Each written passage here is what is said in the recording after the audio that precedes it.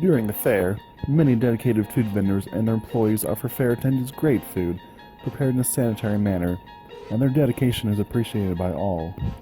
However, there are a few operators that leave their better judgment behind and do not apply basic food safety principles in their facility, hence entering the lack of better judgment zone.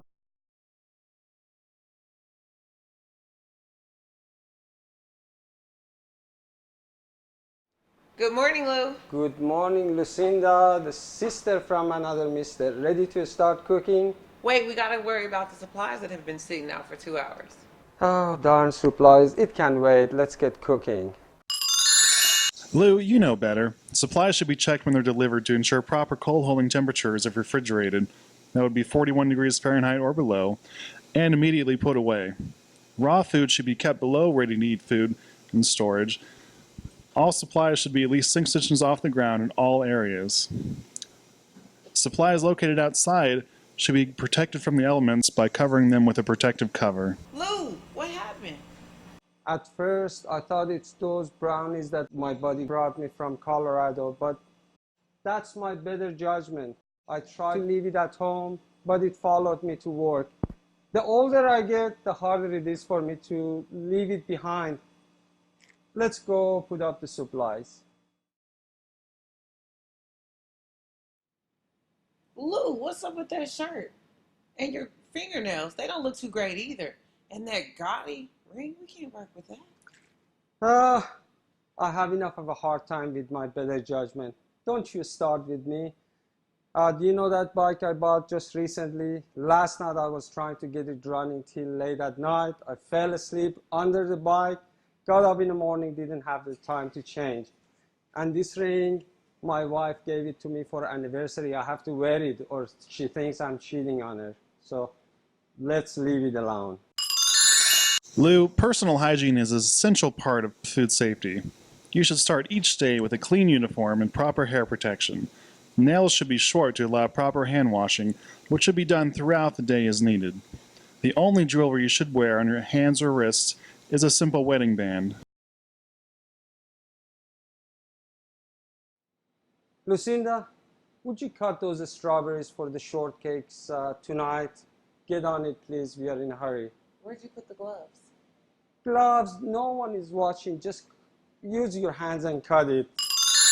Lou, you still have to do the right thing even when no one is watching.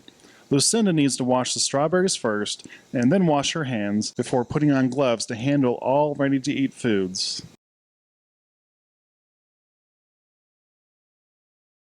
Lou, how am I supposed to wash with my hands with no soap or paper towels? Do I have to do everything for you? Go find some soap yourself. Lou, it is your responsibility to provide supplies to ensure proper hand washing. Each hand wash station should have hot and cold water, soap, paper towels, scrub brush, and a wastebasket.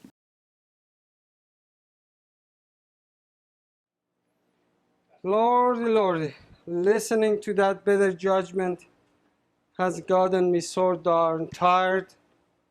I'm gonna lean on this counter, eat my donut, drink my iced coffee.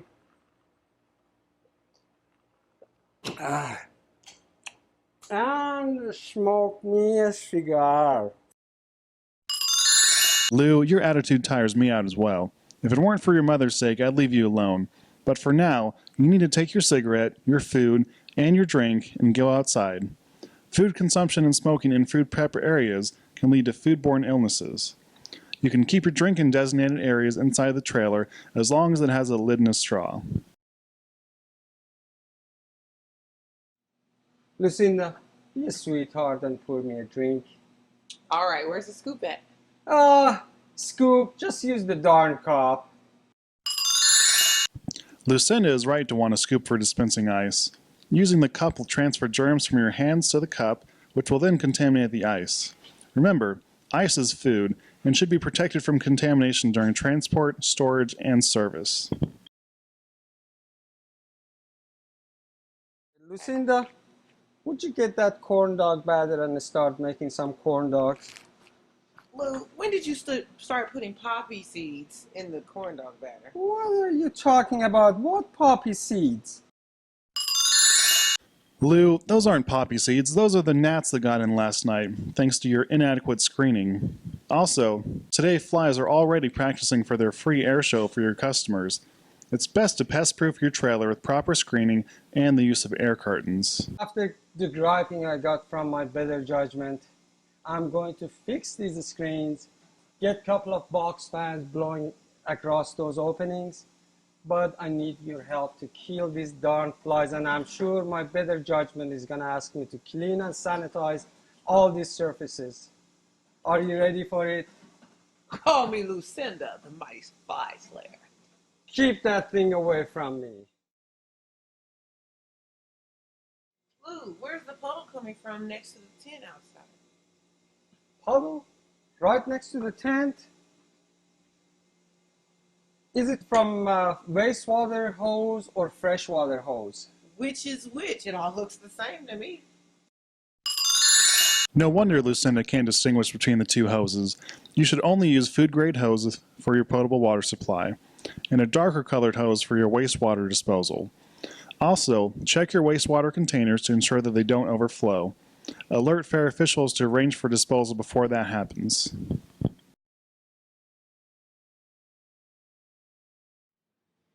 All right, Lucinda, I finished up those burger patties.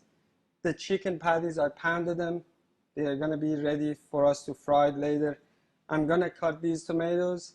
If you be a sweetheart and make some more batter. Are you going to use the same nasty cutting board? Don't save water. At least wash your hands first. Is this a better judgment and Lucinda tag team event trying to get to Lou? Leave me alone. Dealing with you, I need all the help I can get. Cross-contamination is one of the main causes of foodborne illness. It's best to prepare your ready-to-eat items on a clean and sanitized surface and put them away properly, and then do your raw meat preparations. Always properly clean and sanitize all surfaces and utensils after dealing with raw food. To facilitate the process, always keep 2 buckets, one with mild soap solution and the other for sanitizer solution. Those buckets should be labeled, and always return your wiping cloth to the bucket it came out after cleaning or sanitizing. If my better judgment lets us, I'm gonna try to finish with these burgers, finish cooking the burgers. This is the first batch. Please go ahead and put it in a steam table. Lou, those are still moving. Are we having a pink special today? Don't tell me how to cook burgers. I've been doing it all my life since you were still in diapers. Put it over there and don't give me any grief. Lou, you'd better be careful about that diaper comment. If you don't take care of your health, you may be in one soon. Lucinda is right.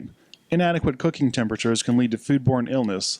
The use of the proper type of thermometer and using the proper temperature taking technique ensures that products are cooked to their required cooking temperatures. Be sure to clean and sanitize your thermometers before and after each use. Poultry should be cooked to a minimum of 165 degrees Fahrenheit or greater. Ground beef and ground pork to 155 degrees, and pork and fish to 145 degrees.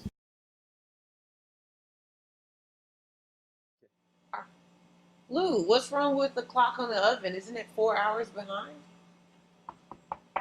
Oh, this darn thing. It seems like the breaker on the back wall flipped out. Don't worry about it, it'll be okay. But won't that affect our hot hold and cold hold temperatures? No, it'll be okay. I can't afford to throw food away. Let's just keep on and serve the food. I'm gonna go turn the breaker back on. Lou, you can't afford not to throw the food away. I'll bet all that food is in the temperature danger zone of 41 to 135 degrees Fahrenheit. At those temperatures, bacteria can rapidly grow and make your customers ill. Always keep your cold food below 41 degrees Fahrenheit and your hot food above 135 degrees Fahrenheit. Frequent temperature checks can ensure your food's safety.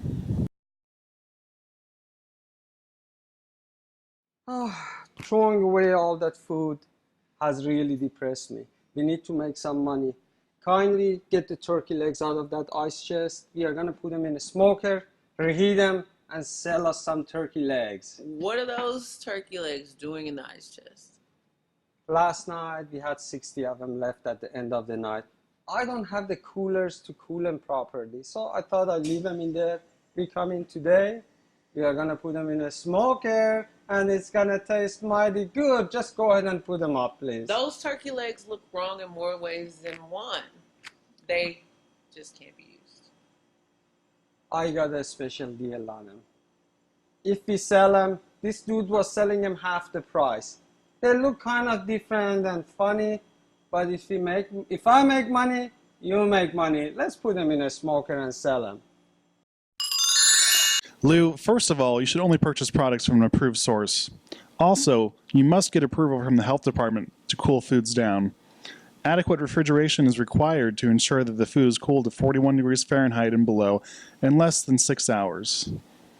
That's 135 degrees to 70 degrees within 2 hours, and then 70 degrees to 41 degrees or cooler in an additional 4 hours. Having the turkey legs in an ice chest keeps their temperature in the super danger zone, the optimal temperature for bacterial growth. Throw those turkey legs away before you make someone sick. If you get more coolers, then you can properly cool leftover turkey legs by laying them in a single layer in a pan with the prior approval of the health department.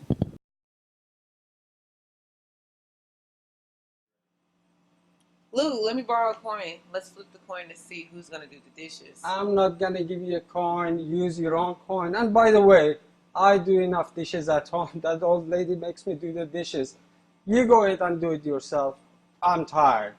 Where's the sanitizer? Sandy who? Lou, once more you've brought shame upon yourself. Santa who? Really? I know that you only wash and rinse your dishes at home, but in a licensed facility, additional steps are required for warewashing. You not only wash and rinse your dishes, you also sanitize them and allow them to air dry. Sanitizing will reduce the number of bacteria to a safe level.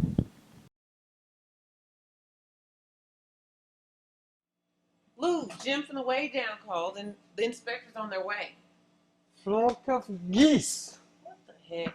I'm trying not to cuss with that better judgment. I cannot even cuss. Let's try to fix things up. They're stressing me out. I cannot deal with them since they closed me down a few years back. Let's try to clean things up before they get over here.